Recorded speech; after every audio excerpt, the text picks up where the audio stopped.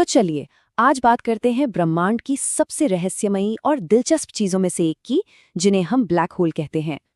आज हम इन अंतरिक्षीय अजूबों के कुछ रहस्य खोलने की कोशिश करेंगे जो विज्ञान और हमारी कल्पना दोनों को ही चुनौती देते हैं। ये जो बात है ना, ये उस गहरे रहस्य की तरफ इशारा करती है जिसे हम आज समझने की कोशिश कर रहे हैं। देखिए, ब्लैक होल सिर्फ कोई खाली जगह नहीं है। ये तो हद से ज्यादा घनत्व वाले ऐसे इलाके हैं जहां से कोई भी चीज बचकर निकल नहीं सकती। चलिए इस ब्रह्मांडीय पहेली को एक ऐसी कहानी से जोड़ते हैं जो बहुत से लोगों ने बड़े पर्दे पर देखी है। वो सीन तो सबको याद ही होगा, है ना, जब कूपर अपनी स्पेसशिप के साथ उस विशाल ब्लैक होल में समा जाता है। पहले तो चारों तरफ घना अंधेरा होता है, फिर कुछ चमकीले कण दिखते हैं और फिर अचानक वो एक ऐसी अजीब सी जगह पहुंच जाता है जहां वो ग्रेविटी का इस्तेमाल करके अपने पास से बात कर सकता है।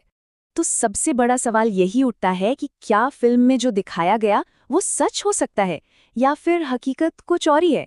इस सवाल का जवाब जानने के लिए ना हमें पहले फिजिक्स के कुछ बहुत जरूरी नियम समझने होंगे। ब्लैक होल्स को समझने की जो चाबी है वो एल्बर्ट आइंस्टाइन के उन क्रांतिकारी आइडियाज में छुपी है जिन्होंने ब्रह्मांड को देखने का हमारा नजरिया ही हमेशा के लिए बदल दिया। आइंस्टाइन ने हमें दो बड़े कमाल के सिद्धांत दिए। पहला था स्पेशल रिलेटिविटी, जो ये बताता है कि अगर कोई बहुत तेज रफ्तार से चले तो उसके लिए समय धीमा हो जाता है। और फिर आया दूसरा जनरल रिलेटिविटी, जो कहता है कि सिर्फ रफ्तार ही नहीं बल्कि जबरदस्त गुरुत्वाकर्षण यानी ग्रेविटी भी समय को धीमा कर सकती है। इसी कॉन्सेप्ट को कहते हैं ग्रेविटेशनल टाइम डायलेशन। और हाँ, इंटरस्टेलर में कूपर और उसकी टीम जब उस पानी वाले ग्रह पर उतरते हैं तो उनका समय पृथ्वी के मुकाबले बहुत ज्यादा धीमा हो जाता है। क्यों? क्योंकि वो ग्रह उस गार्गेंचुआ ब्लैक होल के बहुत बहुत करीब था। इसे समझने के लिए आइंस्टाइन ने कहा कि स्पेस टाइम को एक चादर की तरह सोचिए। अब अगर इस चादर पर कोई भारी चीज रख दें तो क्या होगा? चादर उस वजन से झुक जाएगी। बस यही झुकाव गुरुत्वाकर्षण है। और ये झुकाव जितना गहरा होता जाएगा, समय उतना ही धीमा चलता जाएगा। तो ठीक है, अब जब हम आइंस्टीन की थ्योरी का बेसिक आइडिया समझ गए हैं तो चलिए देखते हैं कि एक ब्लैक होल आखिर बनता कैसे है और उसके अंदर होता क्या-क्या है। देखिए, ब्लैक होल्स का जन्म होता है बहुत बड़े बड़े तारों से। अपनी पूरी जिंदगी एक तारा अपने अंदर चल रहे न्यूक्लियर रिएक्शन से बाहर की तरफ एक फोर्स पैदा करता है जो उसकी अपनी ही ग्रेविटी को बैलेंस करके रखता है।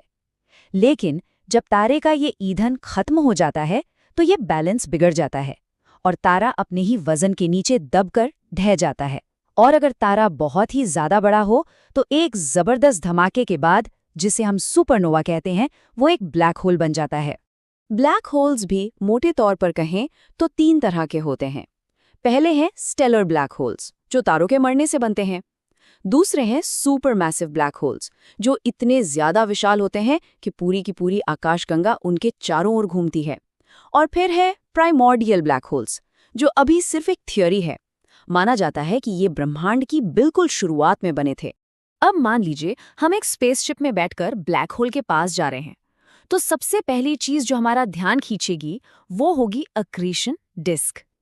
ये गैस, धूल और टूटे हुए तारों के मलबे का एक बहुत बड़ा घूमता हुआ छल्ला है जो ब्लैक होल को चारों तरफ से घेरे रहता है। ब्लैक होल की ग्रेविटी इतनी ज्यादा मजबूत होती है कि वो आसपास की हर चीज को अपनी ओर खींच लेती है। ये सारा मलबा बहुत ही तेज रफ्तार से घूमने लगता है, जिससे घर्षण के कारण ये लाखों डिग्री सेल्सियस तक गर्म हो जाता है और चमकने लगता है। और एक मजेदार बात यह है कि तस्वीरों में जो हम इसका चमकीला नारंगी रंग देखते हैं वो असली नहीं है। असल में तो ये डिस्क एक्सरे में चमकती है, जिसे हमारी आंखें देख ही नहीं सकती। एक्रीशन डिस्क के थोड़ा और अंदर जाएं तो आता है फोटॉन स्फीयर। यहाँ ग्रेविटी इतनी ताकतवर है कि लाइट के कण यानी फोटॉन्स भी ब्लैक होल का चक्कर लगाने पर मजबूर हो जाते हैं। मतलब थ्योरी के हिसाब से अगर कोई यहाँ तक जिंदा पहुंच जाए तो वो अपने ही सिर का पिछला हिस्सा देख सकता है, क्योंकि लाइट उसके चारों ओर घूम रही होगी। सोचकर ये अजीब लगता है ना? और अब हम उस बाउंड्री पर पहुंच रहे हैं जहां से वापसी का कोई भी रास्ता नहीं है, ब्लैक होल का सबसे मशहूर हिस्सा। और वो बाउंड्री है इवेंट होराइजन। ये वो लकीर है जिसे अगर एक बार पार कर लिया तो फिर बचना नामुमकिन है। अगर लाइट तक इससे बाहर नहीं आ सकती तो कोई इंसान या कोई स्पेसशिप भला कैसे आ सकता है? तो यहीं पर फिल्म की कल्पना और विज्ञान की हकीकत एक दूसरे से बिल्कुल अलग हो जाती है। इंटरस्टेलर में कूपर एक टेसरैक्ट में पहुंचता है, लेकिन विज्ञान कहता है कि इवेंट होराइजन पार करते ही किसी भी चीज के साथ स्पेगेटिफिकेशन नाम की एक प्रक्रिया होगी, यानी ग्रेविटी का खिंचाव उसे किसी लंबे पतले धागे की तरह खींचकर तोड़ देगा। आइंस्टाइन की थ्योरी के मुताबिक ब्लैक होल के बिल्कुल सेंटर में, मतलब एकदम बीच में, सिंगुलैरिटी होती है।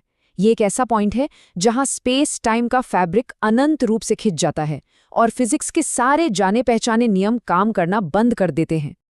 अच्छा, अब थोड़ा पीछे हटते हैं और बड़ी पिक्चर को देखते हैं।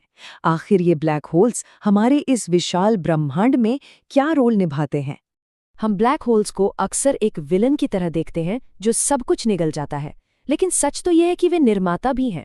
हमारी अपनी आकाशगंगा, मिल्की वे समेत कई गैलेक्सीज अपने सेंटर में मौजूद एक सुपरमैसिव ब्लैक होल के चारों ओर ही घूमती हैं। एक तरह से ये हमारी आकाशगंगा को एक साथ बांधे रखता है। ये ब्रह्मांड कितना बड़ा है जहां ये ब्लैक होल्स मौजूद हैं, इसका अंदाजा लगाने के लिए एक छोटा सा उदाहरण लेते हैं। केपलर 186f एक ऐसा ग्रह जहां जिंदगी मुमकिन हो सकती है, वो हमसे 500 प्रकाश वर्ष दूर है। और अगर हम अपनी सबसे तेज टेक्नोलॉजी से भी वहां जाने की कोशिश करें तो पता है कितना वक्त लगेगा? 92 लाख साल। जी हाँ, 92 लाख साल। ये दूरी हमें एहसास कराती है कि ब्रह्मांड कितना विशाल है और इसमें कैसे कैसे रहस्य छुपे हैं। और आखिर में हम उसी सवाल पर वापस आ जाते हैं जहां आकर विज्ञान की सीमाएं भी खत्म हो जाती हैं। अगर सिंगुलैरिटी पर ग्रेविटी अनंत है तो वहां समय भी अनंत रूप से धीमा हो जाता है। इसका क्या मतलब है? क्या इसका मतलब ये हुआ कि ब्लैक होल के अंदर समय रुक जाता है? ये एक ऐसा सवाल है जो हमें इस विशाल ब्रह्मांड के सबसे गहरे रहस्यों पर सोचने के लिए मजबूर कर देता है।